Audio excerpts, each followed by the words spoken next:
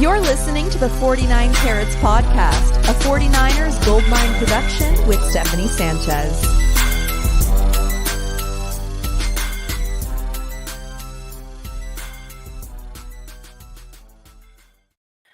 What's going on, everyone? Welcome to another edition of the 49 Carats Podcast. I'm your host, Steph. It is Monday, October 23rd.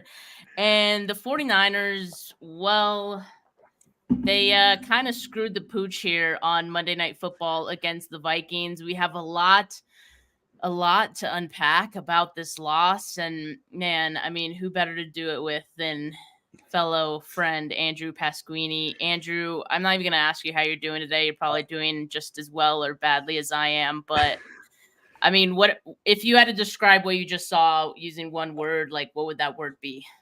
A very long hyphenated word. Are we sure the 49ers are Super Bowl contenders? And that's just all one hyphenated word. This is why I don't like to do these instant reaction podcasts, because I think my fan side comes in a little more. I like to do my, 24-hour and wait. The 24-hour and wait thing to make sure I'm calm. But yeah, the instant thought is, I broke the one word rule, Steph, which I tend to do. We tend to go long on these podcasts. My fault, not yours at all. Is this a Super Bowl team? So disappointment. Let's say that one word, disappointment. Because the way I said it to you before the show is the Niners just put together a performance they put last week. They just don't have the excuse of facing the best defense in the league this week. Yeah, exactly. And as we were talking about right before we went live, they largely looked the same as they did last week. And look, I know that Trent Williams and Deebo Samuel were out. Of course, there's some impact made by those guys not being out there. But I want to talk about the defense really quickly. The Minnesota Vikings, who were 2-4 going into this game, by the way, they had 452 yards of offense in this game. Way more than they had given up. Like, what was the previous high, Andrew? Like, you could probably pull that up rather quickly. Gotcha. But, I mean, I just haven't seen anything like it. It's one thing for it to be a blip on the radar last week. We kind of chalked it up as, this it's just a one-game kind of thing. They're gonna come back. They're going to look like a better team this week. I did not recognize the team that played on the field. I did not recognize this defense that played on the field tonight. And what's concerning for me is that it's looking like a Steve Wilks problem to me, because this is largely the same defense that DeMeco Ryans had at his disposal last season, right? Aside from maybe just a couple, really just the defensive line, Isaiah Oliver and whoever's opposite Devon Hargrave. And that's an upgrade, mind you, Andrew. That's an upgrade. So he should be doing just about the same or better. And we saw the corners get cooked today, and that's supposed to be his forte. The secondary is supposed to be his forte. So what is happening here that what we're seeing of this defense, they're looking as bad as they are? I think, first of all, to answer your question, 386 is the previous high the Niners have allowed this season. That was the Rams week 2. Tonight was the most yards they've given up since week 16 last year against the Raiders when they gave up 500. So it's been a while, but it's definitely a concern because, like you mentioned, the secondary struggling, and I know the big play was the 60-yard touchdown to Addison at the end of that half. That was the play that really felt like the game was done to me. But I'm really concerned by the lack of pass rush, and it's not necessarily the pressures. Next Gen Stats credited the 49ers with 18 pressures. That number is probably going to be different from PFF tomorrow, but the 49ers didn't record a sack. And I tend to be more pressures over sacks. I tend to value pressures over sacks way more, just because pressures, not saying sacks can't force turnovers, but pressures tend to create turnovers a bit more, because with sacks, you can really only force a fumble. Pressures, you can maybe force a fumble, you force an interception, all that stuff. But man, 0 sacks. And now the Niners are probably 20th in the league in terms of most sacks in the NFL. maybe it is a Steve Wilkes thing in terms of the secondary. You watch more tape than I do, Steph. Yeah, I'm gonna give you that credit. I'm gonna put that crown on you. But man, to me, for a team that, because I always go back when I think about the Niners' defensive issues, I go back to 2019. And when you remember that in 2018, the 49ers had 2 interceptions, I think we've talked about, I think I mentioned this every time I'm on this podcast stuff, but the Niners in 2018 had 2 interceptions. So what did they do? They addressed their entire defensive line. They didn't change anybody in the secondary in 2019. And we saw that jump. So seeing Charvarius Ward being a big spender last offseason in the secondary is kind of a shock because they never really invest in the secondary. But now the question is like, they don't have much secondary depth right now. Isaiah Oliver not playing great. The pass rush isn't getting there. Do you address the secondary or do you address the pass rush at this point? Well, that's my problem with like. But that brings your question to because it's like everyone is like, we need an edge rusher. Do we?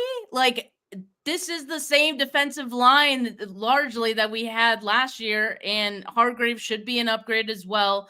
They're for some reason they are not getting the same amount of production as they were last year, and that's a problem. So if you add a Brian Burns, if you add another Daniel Hunter, whoever, will that fix the problem? They added Randy Gregory. That looked promising. I mean, he still had some good plays here. You mentioned the pressures. They are getting the pressures. They're not getting the sacks. They're not getting home. No.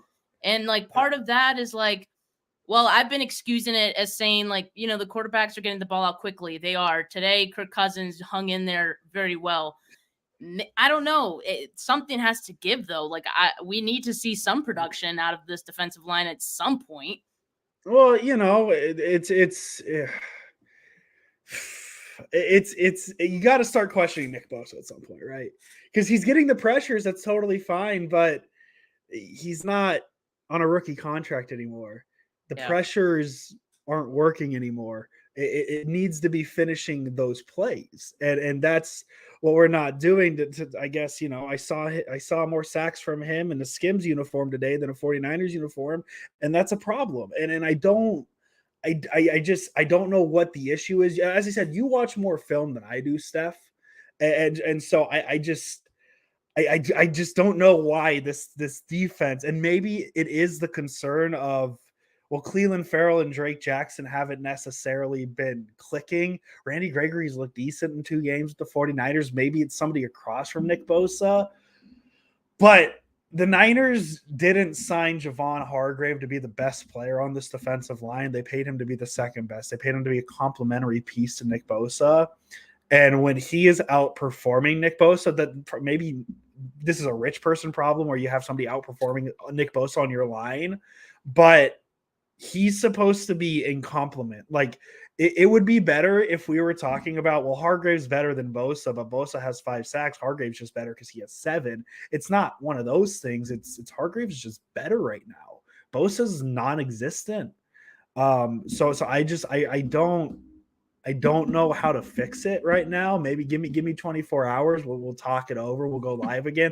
I'll just be a permanent guest on 49 Carats and we'll figure it out from there. But right now it just, I just like, it's not even like, I can live with physical mistakes. I've always learned like physical mistakes are fine, but the mental mistake of cover 0 with Minnesota and minus territory with 16 seconds left and no timeouts, in a situation where they're probably, you got to keep them in bounds and prevent a big play. And that's not even like, I want to be mad. Like Ward, I think you can't, I'm going to mention Ward on this play because like, to me, like situationally knock that ball down. I know in the moment I sat on my couch in Sacramento, California today. I'm not going to tell Charvarius Ward how to read a pass. That's not my thing. But hindsight's 20/20. Him not batting the ball down sucks and really ruins that play now. But no help when the only thing that could, because if even hypothetically, and I'll let you talk, Steph. I'm sorry. I tend to do this, and I'm sorry. I'm fired up. This is why I don't do these lives, Steph. God, is even if he makes that catch with somebody over the middle at the top making that tackle, the clock runs out. And Minnesota gets nothing, but there's nobody there. So I have questions. I have concerns. and it's not great. It's not great right now. There are a lot of questions like about the situational play calling of the defense, the situational decision making of even some of the players who are on the field. But at the end of the day, I do feel like that falls on the defensive coordinator. And like, man, remember when there were people calling for D'Amico Ryans to be fired? It's about to get ugly, Andrew. It's about to get ugly on like 49ers Twitter. If this is what Steve Wilkes is going to be putting out there, I think like I kind of feel like I was taking the situational stuff and how good D'Amico was at that, like for granted, like in the past, right? Because now I'm seeing it unfold, and it's not just about having the good players. You have to be able to know how to use them. You have to be able to know how to coach them. You have to be able to know like what to call at the right time. And I think that's what they're lacking right now, or at least in these last two games, in which, you've played.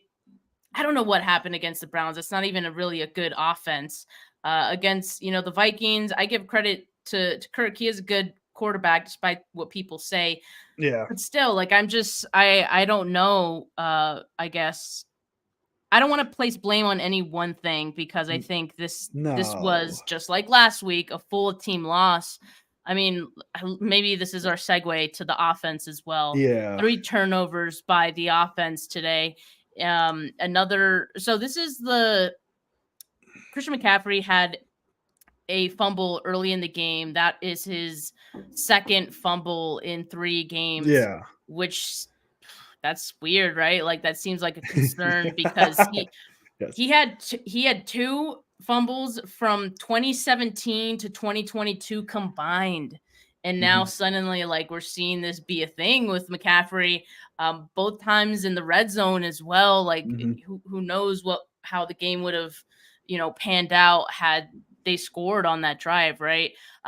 So that's concerning to me. Brock Purdy, it feels like, and it could be very early, like it's still a small sample size seeing Brock Purdy playing from behind, but it feels like he needs to do a lot to win the game when he's playing from behind, and maybe he's forcing some things. I don't know, Andrew. I'm trying to. I see I'm trying to make sense of it. Well, so you say that, that I say is maybe the magic rubbing off a little bit. I hope not. You think he's turning into Jimmy Garoppolo before our eyes? No, not Jimmy Garoppolo, but is this shit? Maybe, I mean, now what I might say might sound worse than Jimmy Garoppolo, but maybe that he is the 256th pick in an NFL draft.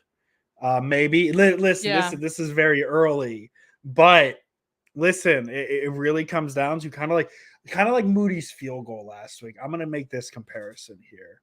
It's everything went wrong for the Niners, but at the end of the day, Moody makes a field goal. Niners are 6-0, and we talk about those negatives that happened last week, but it's in the light of, hey, they won. Who cares? He misses the field goal, so things feel a little shakier.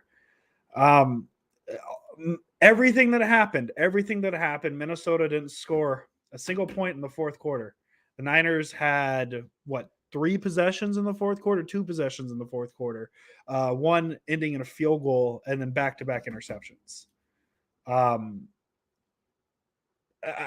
would like to say that kicking a 41-yard field goal is a little easier than leading a touchdown scoring drive.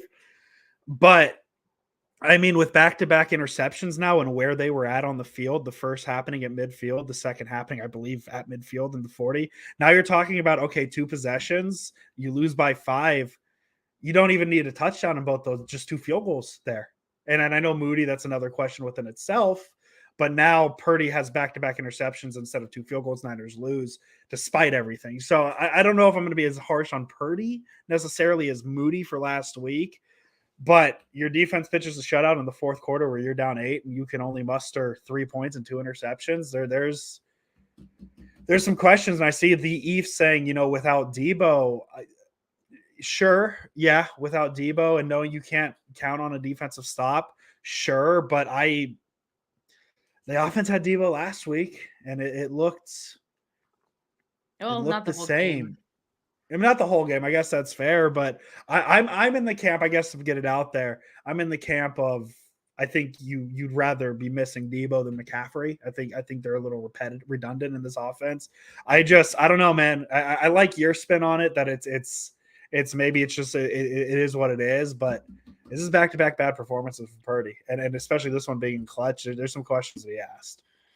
Yeah, I really hate it for Purdy because I feel like all of the criticism that he had gotten, I guess, like nationally from people who aren't 49er fans was just kind of like unfair, to say he's just a system quarterback, to say like he's only good because of all of these players he has around him. And like, last week he did lead that field goal drive that he got him in position. That was great. No one's going to remember that, unfortunately, because Jake Moody missed the kick. This week, prime time, everyone's watching, and he throws an interception on what looked like a promising drive, right? Like they were moving the ball. So it's just unfortunate for it to go that way for Brock Purdy. And now like 2 games in a row with that kind of hanging over his head. 2 straight losses now. So it's going to be interesting to see how he responds. It's going to be interesting to see how the offense responds. Deebo Samuel is going to be out for another week, and they're going to be playing the Cincinnati Bengals, who look like a better team. They're coming off a bye week as well. So it's going to be really interesting. It's going to be really tough sledding. I know some people, Andrew, are asking, like, did the 49ers peak too early? Like before we went live, we were literally just talking about 2 weeks ago, we were talking about, man, is this team perfect? Like, is this team capable of going undefeated? They're so good right now. Who can beat them? And then, 2 weeks later, we're here. And as you started, the show asking, is this even a Super Bowl contending team right now? Yeah, I don't think right now it is. In terms of the peaking too early, I think it's too early to even think about peaking because, I mean, you think about it. You want to know the last time you've always said you like having me on for positivity. You know the last time the 49ers lost consecutive games? When? Atlanta, Kansas City last season. They went on to win their next 16 consecutive regular season games. So that's pretty decent. Maybe there's a little silver lining there, but I mean, negative side of Andrew though is one of those 2. You can't say one of these 2 losses came against the Kansas City Chiefs. Both were very winnable games. That it is what it is. My question is, and you mentioned Debo out, and I flip a question to you on your podcast, Steph. Christian McCaffrey plays 100% of the snaps. We find out he has a torn oblique. No other running back gets a carry other than Elijah Mitchell, 1 carry for -1 yard. Is Cardell Patterson a 49er by the end of this week? Look, first I should ask you why you think Elijah Mitchell maybe only got 1 carry, because I thought the 49ers liked Elijah Mitchell, and even if you don't, you have Jordan Mason, who can still run. So Cordell Patterson sounds great. I would love that. He would really come in handy if like Debo and or Christian McCaffrey were hurt and they miss a game or something like that, like a game like this. But what I will say is that Kyle Shanahan, when he has Christian McCaffrey available, he is playing Christian McCaffrey. He's not using anyone else. So I think in this game, you'd probably see, if they had Cordell Patterson, hypothetically, like you'd probably see him playing the Debo role, right? Which, maybe they can use him that way. But what do you do with him, I guess, when Debo and McCaffrey's healthy? No such thing as too many weapons. Like that's where I'm at with it. It's such a low value move. It's the name that's coming because like the other name that comes to mind is Derrick Henry, but like you're not. I don't respectfully. I don't want to touch that with a 10-foot pole. And to come back to your first question with Mitchell, I just don't think he doesn't have it anymore. No, I don't think Shanahan trusts him.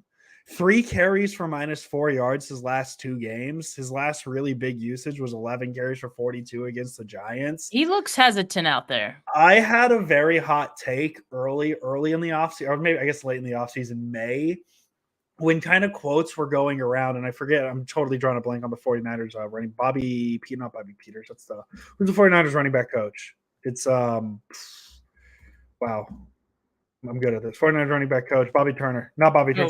Somebody was talking about the 49ers offense. It's the guy that got Anthony Lynn. There it is. Yeah. Anthony Lynn was talking about the Niners running backs, and a lot of his quotes were talking about Tyrion Davis-Price and Jordan Mason, but he wasn't talking much about it. I had a hot take in May that Mason or Mitchell wasn't even making the 53 because of the injuries. And now we're talking about another season where he's missed half the games because of injury. I think it's just becoming more painstakingly obvious that Kyle Shanahan doesn't trust anybody in this running back room, not named Christian McCaffrey. And that's an issue because the Niners kind of always prided themselves on running back depth. I mean, that was the thing we gave them credit for is all these quote unquote no names who are pretty good in other places now too are good running backs with the Niners. Now they only have one, and it doesn't feel like they have anybody they can trust. Like I think Cordell Patterson would be a good cheap pickup maybe, but I don't know. Like Joe Buck mentioned the doghouse on ESPN today at the start, and I just feel like this running back room is filled with maybe pre-doghouses because Mitchell's not getting touches, but Mitchell's not getting touches even though McCaffrey's hurt. It's weird. It's weird. It's concerning. And to your point, bringing up the inefficiency of Elijah Mitchell this season, I mean, that's enough reason to not want him out there. And then you have, Jordan Mason, who has shown some miscues on offense as well. So there's maybe reason to not trust him either. Yeah. So I agree. If Christian McCaffrey did go down with an injury, you're in trouble, right? Your offense is in trouble. Cordell Patterson would at least help that a little bit. I'd be open to it. I think right now, I don't know what the 49ers need. They need more. Well, that's the question is now with this 2-game losing streak, because 2 weeks ago I would have said, yeah, man, edge rusher, just kind of clean that spot up a little bit and go. But now it's edge rusher, secondary, another offensive player, even though you have a million weapons. The offensive, you need a Daniel Brunskill. That Jason Aponte and I were joking earlier. The Titans are having a fire sale. Daniel Brunskill and Azeez Al-Shaair are there. And we haven't even talked about the kicker, man. Let's talk. Look, I'm not letting Jake Moody off the hook here before we head out. I did post a tweet that so he missed the first kick. Yes. Fine, you're it was 40 yards, right, or something like that, and you're thinking, oh God, he has the yips. Here we go. And then he has the opportunity to kick was it 50 or 51 yards? Mm-hmm. Whatever. Very long field goal. I think 55. It was 55 yards. I believe it was 55. 55. That is huge. Not a lot of kickers can go out there and nail that at that point after having just missed. So I made the joke. Moody hitting that 55-yarder, that's enough to make the 49ers not call gold at all this week. They're like, you know what? He hit it. He's good. What did I tell you? And then we do this all over again next week or the week after that or sometime later in the season. I don't know if I'm sure that this problem with Moody is going to go away. I hope that it does. He started the season off very strong. Yes. But it's still a very unsettling feeling for me. He's a kicker. Kickers are always going to be semi-uneasy. People last week were talking about Robbie Gould missing field goals at the end of games too, but those are different to me because he missed them in tie games, so you get overtime to maybe win the game, which Niners I believe did in both instances. He missed Cincinnati in 21 and the Vegas Raiders last year, but yeah, I was ready to call it after he missed the 40-yard field goal because it wasn't necessarily that he missed two last week. It was more his reaction after the game. He looked visibly shook. And for him to go out and miss that 40-yard field goal, it's oh no. Oh, this is bad. But for as bad as that miss felt, seeing the hit 55-yard field goal feels pretty good because if he missed that, Because now, but so now my question is I kind of tweeted it, but now you see the final score. The Niners were down 8 before that field goal. It was a 4th and 6. Minnesota 37. What the hell are you trotting your rookie kicker who's missed 3 of his 4 last kicks down 8 and a 4th and 6? Go for it. You're in plus territory. And hindsight's 2020 now because the Niners didn't score. Right? Like at the moment, like I tweeted the 49ers probably should have gone for that. And then I even said probably is a strong word. But now you look at the final score, 8 points, down 8, Niners choose 3. And now there you go. The East with all our weapons shouldn't be relying. I give that's a way to say it. But yeah, I feel more confident about Moody going forward that he made that 55. That 55-yard field goal is not easy in any context, and it coming off of him missing 3 of 4, including a game winner. Seeing that is good. He's a good kicker. It's just this isn't. I guess the best way to put it is like if you weren't comfortable with a quarterback taking a Super Bowl roster like Trey Lance as a rookie and running it. Why are you confident with giving a rookie kicker the chance to mess up a Super Bowl team like he did last year? That's where I'm at with it. I don't know if we need to go that deep with it, but we'll give Jake Moody credit where it's due. He hit the 55-yarder, so we'll end it with that with a positive. There you go. I see. This is why I have you here, Andrew. Thank you. But yeah, I think we pretty much covered all the points. I'm going to spend like all week thinking about this game, talking about this game. So it's not a good one. It's going to be a not so fun week of content, but here to keep you entertained. So make sure you guys like this video. If you have not yet, make sure you subscribe to the channel if you have not yet. Hey, the 49ers might have lost, but we're still happy, right? They're still a playoff team, right? Like, yeah, like our they're lives still are okay. a playoff team. Hey, look at the big picture, people. Yeah, still a playoff team. Hopefully they can get it, they can get all these issues figured out. Back home playing the Bengals. We'll see. Or at least in the bye week. Hey, 49ers have been pretty good after their bye weeks, so we'll see what happens after that. But oh man, I don't want you even teasing after the bye week because then you're talking Steph content. We're content creators. 2 weeks of 3 in a row loss talk. If the 49ers play again like they did these last 2 games, they're going to lose against the Bengals. If they do, I'm not saying they will. Unless the Bengals play like they have in the first few weeks. They only looked that bad because Joe Burrow was dealing with his calf injury. Could you imagine? Because I'm sure we're going to hear. I'm assuming is it a CBS game? I'm guessing it's a CBS game.